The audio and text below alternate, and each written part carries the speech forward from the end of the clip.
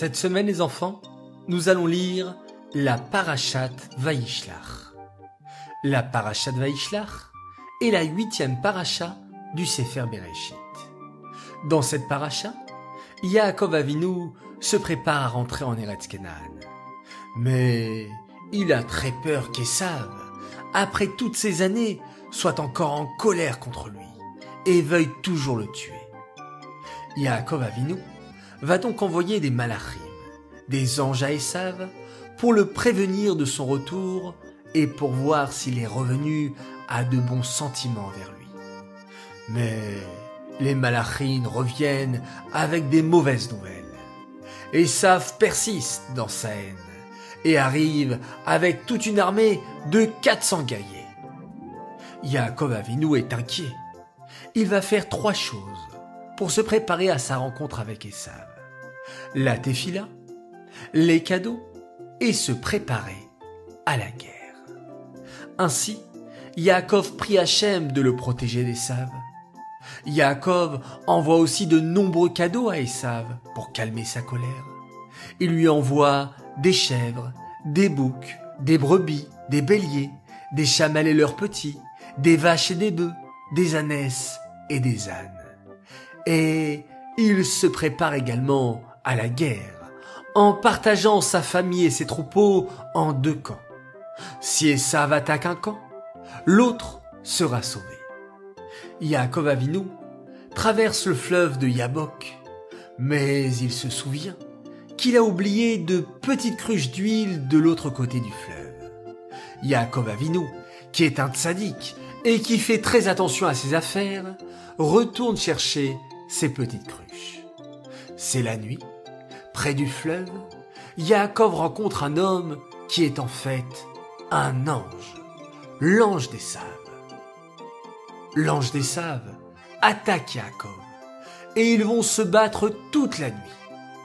À la fin de la nuit, Yaakov réussit à gagner l'ange d'Esav qui, avant de partir, lui annonce: « Désormais, ton nom ne sera plus Yaakov, mais Israël. » Yaakov reprend la route et Esav, son frère, arrive à sa rencontre avec ses 400 hommes. Contre toute attente, Esav est touché par tous les efforts de Yaakov pour lui être agréable et il court à sa rencontre, l'enlace et l'embrasse. Les 2 frères font la paix entre eux. Le jour même, Esav repart vers Séhir et Yaakov Avinu poursuit son chemin.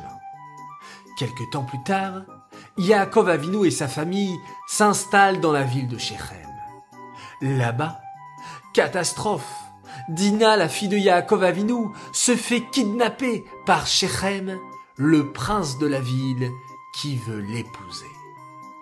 Très en colère, les frères de Dina, Shimon et Lévi, veulent sauver leur sœur.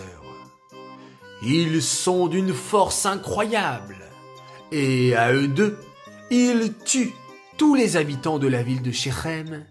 Ils délivrent Dina et la ramènent avec eux. Après ce terrible événement, Yaakov décide de quitter cet endroit et de rentrer en Eretz Israël. Il a peur que les gens de la région viennent venger les habitants de Shechem, mais la terreur, Ritat, d'Hachem, fut sur toute la région et ils ne furent pas poursuivis. En route, Rachel, la femme chérie de Yaakov, donne naissance à son dernier fils, qui sera appelé Binyamin. Rachel meurt en chemin et sera enterrée à Bethléem. Yaakov Avinu arrive enfin en Eretz Canaan avec sa famille. Il a la joie de retrouver son père Yitzhak. As-tu fait attention au mot spécial qu'a utilisé la Torah pour nous dire que les habitants de la région eurent peur d'attaquer Yaakov, malgré leur désir de venger les habitants de la ville de Shechem? Oui, le mot Ritat.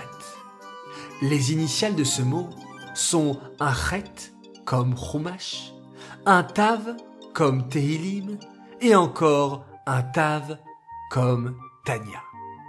Le Rabbi Yosef Yitzhak de Lubavitch nous a enseigné que celui qui lit chaque jour une partie de la paracha du Chumash, les Tehillim du jour, ainsi que le Tanya, se voit lui aussi protégé par Hachem de tous ses ennemis et de toutes ses difficultés.